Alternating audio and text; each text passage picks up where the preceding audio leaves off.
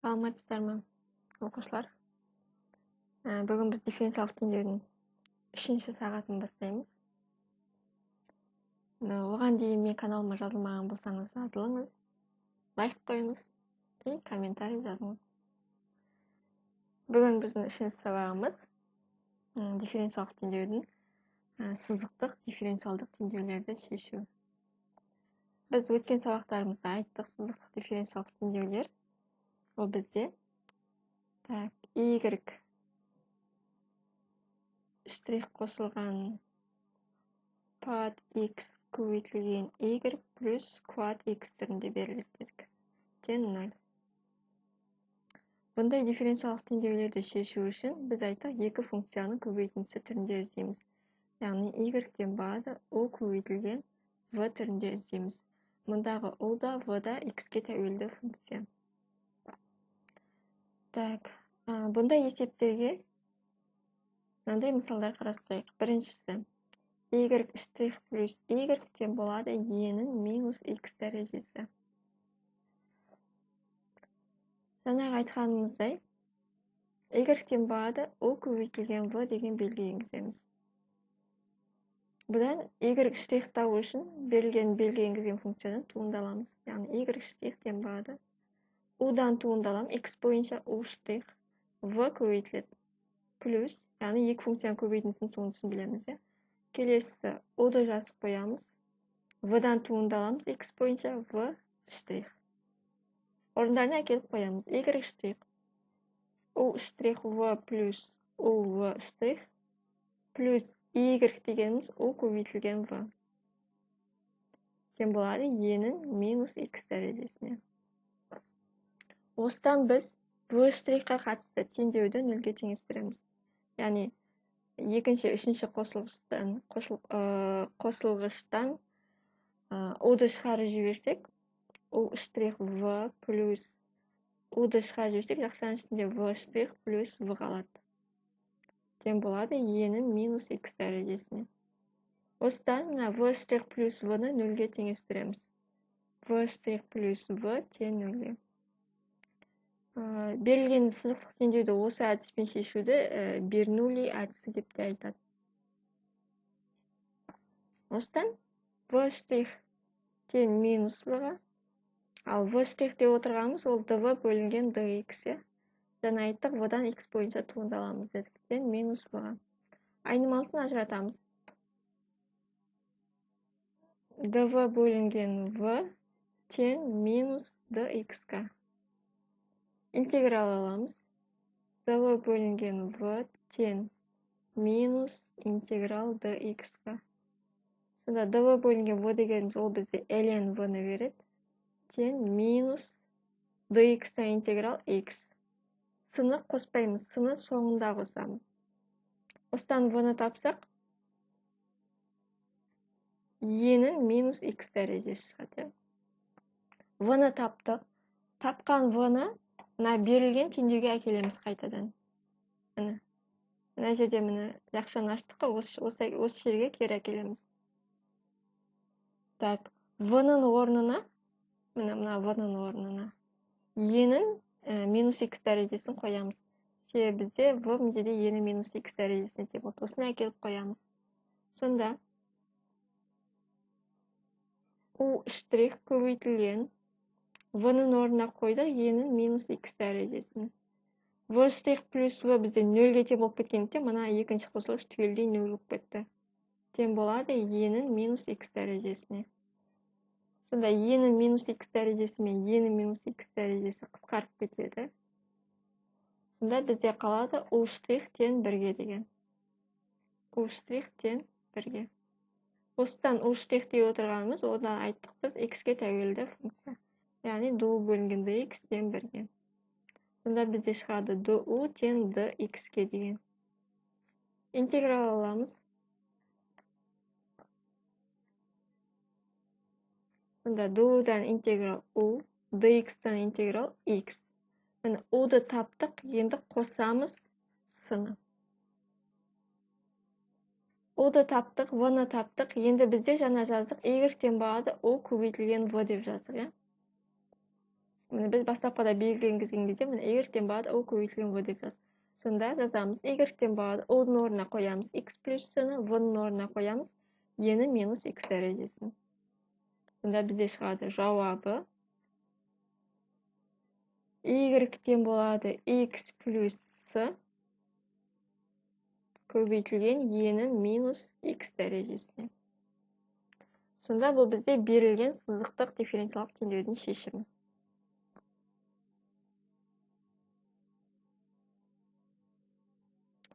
Так, келесі. Екінші мысал қарастырайық. Екінші мысал бізде мынандай болсын.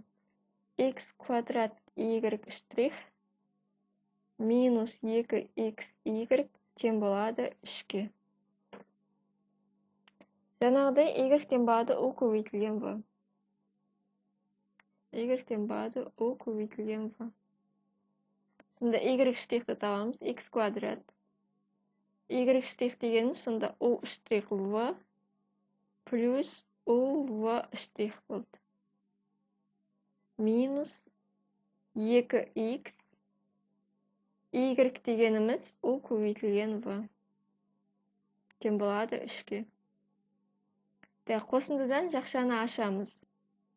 Сонда бізде x квадрат o штрих v плюс x квадрат o v штрих минус 2x o v тең 3-ке. Сонда екінші, үшінші қосылғышта бізде x u ортақ, x u-ды шығарып жібереміз. Сонда x квадрат o штрих v-ны жазып қояйық. Плюс, так, x u-ды шығарып жібереміз. Жақшаның ішінде бізде қалады 1x қалды v штрих минус 2 x шықты, u шықты, v қалды. Тең 3-ке. Жаңағы бірінші есеп сияқты x v штрих минус 2 v-ны 0-ге теңестіреміз. Яғни жақшаның ішін 0-ге теңестіреміз. Так, былай көрсетіп қояйын. Теңестіріп жатырмыз 0-ге. Сонда бізде не болады? X v штрих минус 2 v тең 0-ге. Ағата айнымалыны ажыратамыз. Сонда x v штрих тең болады 2 v деген сөз. Сонда dv v штрих дегеніміз ол dv бөлінген dx. Сонда dx мұнда тұрса 2-ні өз жағына қалдырайық, v келеді, мұнда x келеді. Теңдіктің алдында 2 бар. Арғата өз айнымалысын ажыраттық, енді интегралдаймыз. dv бөлінген v тең 2 dx бөлінген x-ка. Так, интеграл. Так, екеуінде де бізде ln шығайын деп тұр. Ln v тең болады 2 тұрақты сан dx бөлінген x ln x. Осыдан v-ны тапсақ, x-тің квадраты болады. V-ны таптық. V тең x квадрат болды. Енді тапқан v-ны әкеліп, міне берілген теңдікке қоямыз. Сонда x квадрат көбейтілген y штрих. V дегеніміз x квадратқа тең болды. Так, екінші қосылғыш 0-ге тең болып кетті, тең болады 3-ке. Сонда x квадратты x квадратқа көбейтем, x-ның 4 дәрежесі. X-ның 4 дәрежесі, u штрих дегеніміз du бөлінген dx, тең 3-ке. Сонда du тең болады 3 көбейтілген x-тің минус 4 дәрежесі dx. Енді сіздер астына кері осы өрнек жазып интеграл аласыздар, мен сразу интегралда жіберейін. Так, du-да интеграл u 3 көбейтілген x-ті минус 4 дәрежесінің интегралы дәрежеге 1-ді қосам, дәреже көрсеткішіне бөлем. Сонда минус 3 бөлінген минус 3 плюс с-ны қосамыз. Сонда 3 пен минус 3-ті қысқартамыз. Так, минус таңбаны сақтаймыз. Сонда бізде қалды o тең болады минус 1 бөлінген x көпті плюс с. Так, o-ды таптық, енді y табамыз. Y тең болады u көбейтілген v. Плюс с-ны бірінші жазуға болады, бірінші өрнек минус болғандықтан бірінші қосылғыш. S минус 1 бөлінген x-тің кубы. Осыны көбейтеміз v-ға, x квадратқа. Жақшаны ашып көбейтіп жіберетін болсақ, cx квадрат минус 1 бөлінген x деген шығады. Да, міне берілген дифференциалдық теңдеудің шешімі.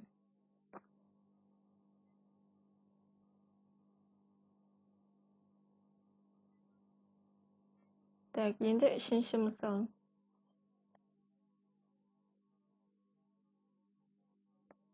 Так, үшінші мысал. Бізде мынандай. Y штрих плюс Y котангенс X тең 2. Так, Y тең O көбейтілген V. Так, енді бірден жазайын. O штрих V плюс O V штрих плюс Y дегеніміз O көбейтілген V котангенс X тең 2. Так, міне екінші, үшінші қосылғыштан екеуінде де O бар. O штрих V плюс O-ды шығарып жібердік. V штрих плюс так, V котангенс X та V котангенс X тең 2. Так, жақшаны үшін нөлге теңестіреміз. Сонда V штрих плюс V котангенс X тең 0.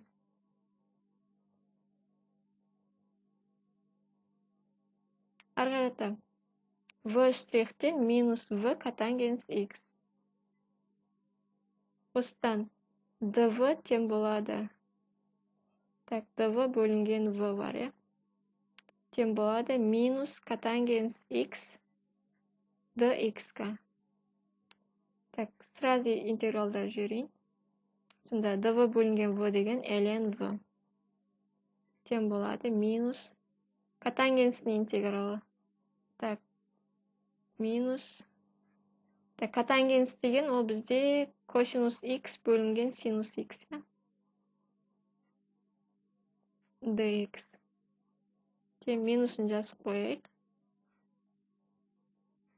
Так, косинус x-ті дифференциал астына енгізейік. d синус x болады. Если синус x-тан туынды тапсам, косинус x-ім шығады. Бөлінген синус x. Сонда dx бөлінген x десе, ол бізде ln x-ті береді. dv бөлінген v деген сияқты. Сонда минусын сақтады. ln синус x. ln синус x. Так, бізде v отап отқанымыз. Осыдан v тең. Так, минус деген синустың дәрежесі болып кетеді. Сонда 1 бөлінген синус x байын деп тұр. V-ны таптық. Енді жаңағы бастапқы жерге әкелеміз. Мына жерде қоя бізде. Так, басқа цветпен жазайын. Тұсына жазайын ба? Тұсына жазайын. O штрих. O штрих. V дегеніміз бізде 1 бөлінген синус x. 1 бөлінген синус x. Так, екінші өрнек қосылғыш 0-ге тең болып кетті. Тең болады 2-ге. Сонда O штрих дегеніміз dO тең 2 көбейтілген синус x dx болады.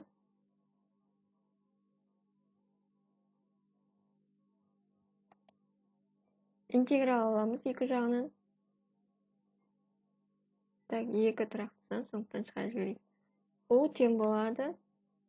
Так, синустың интегралы минус косинус. Сонда минус 2 косинус x плюс с. O-ды таптық, V-ны таптық, енді y жазамыз. Y тең болады.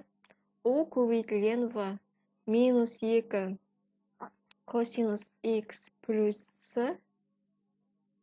Осыны көбейтеміз. 1 бөлінген синус x-ка. Так, плюсті бірінші жазсам болады. Сонда с бөлінген синус x Так, с бөлінген синус x.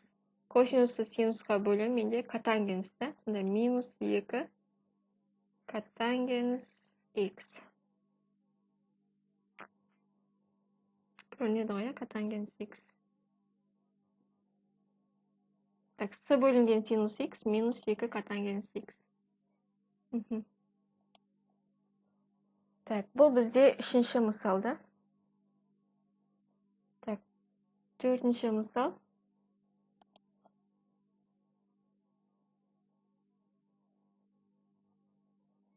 Так, төртінші мысал бізде мынандай.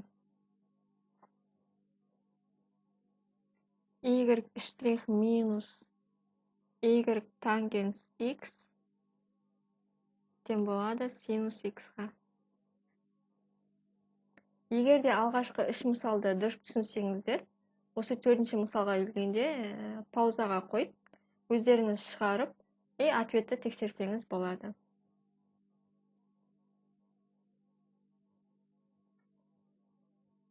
Так, мен арғада енді шығара берем. Сразу жазайын, себебі өзі алғашқы үшеуінде өзі соны қайталап кеттім. Y штрих дегенім менде O штрих V плюс O V штрих болды. Минус Y дегеніміз O көбейтілген V болды. Тангенс X сен синус X-қа. Екінші, үшінші қосылғышта ортақ көбейткіш ақшаны сыртына шығарамыз. Сонда O штрих V плюс. Так, екеуінде де O бар, я? Жақшаның ішінде қалады V штрих минус V тангенс X тем болады синус X-қа. Так, жақшаның ішін нөлге теңестіреміз. Теңестіреміз нөлге. Сонда бізде V штрих минус V тангенс X тен нөлге. Так, екінші жаққа шығарамыз. V штрих тен болады V тангенс X. Так, мен енді сразу айнымалына ажыратып тастаймын. dv бөлінген V тен болады тангенс X dx-ге. И интегралдаймын.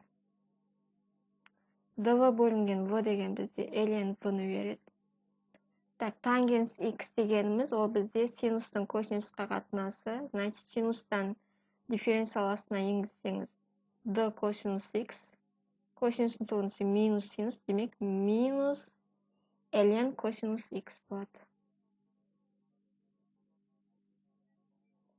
Жаңағы котангенсті есептеп көрсеттім ғой, сол сияқты тангенсті сол сияқты есептейсіздер.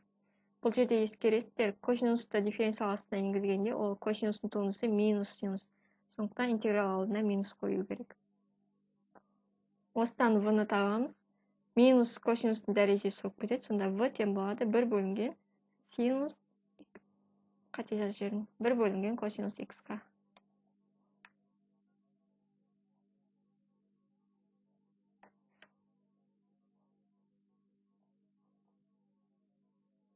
Так, 1 бөлінген косинус X. V-ны таптық. Енді білеміз, берілген теңдікке әкеліп, V-ның орнына қоямыз. Басқа цветпен қояйын. O штрих. V дегеніміз бізде берді 1 бөлінген косинус X-ті. Өрнек нөлге тең болып кетті, тең синус X-қа. Осыдан O штрих дегенім, так, DO бөлінген DX. Сонда DO тең болады синус X көбейтілген косинус X dx-қа. Так, мен сразу интеграл алайын. Так, косинусты дифференциаласына енгізіп жіберейін, du тең болады синус X. Косинус дифференциаласына енгізіп жіберсем, d синус X болады. Синус X-тан туындалсам, косинус X шығады деген сөз. Сонда d синус X деген ол косинус X dx деген сөз. Болды. Дудан интеграл, так, интеграл салып жіберейін. Дудан интеграл u. Синус X dx, яғни X dx болса, ол бізде X квадрат бөлінген 2-ні береді. Дәрежеге 1-ді қосам, дәреже көрсеткішіне бөлем. Значит, синус квадрат x бөлінген 2 плюс с. Так, ұлды таптық, v-ны таптық, орнына әкеліп қоямыз. Y-тен болады. Синус квадрат x бөлінген 2 плюс с. Так, мен ручкам зависит етті. Көбейтеміз. 1 бөлінген косинус x-ка. Болды. Берілген теңдеудің шешімі осылай. Жақшаны ашып жазсаңыз да болады. Осылай қалдырсаңыз да болады. Так, бүгін біз қарастырдық сызықтық дифференциалдық теңдеулерді. Өткен сабақтарда қарастырдық айнымалы ажыратылатын дифференциалдық теңдеу және біртекті дифференциалдық теңдеу. Так, сабақтарға ссылка қалдырамын. Егер көрмеген болсаңыздар, қарап алуларыңызға болады. Егер сабақ ұнаса, лайк қойыңыздар. Әзірге осы, сұрақтарыңыз болса комментарийға жазыңыздар. Сау болыңыздар.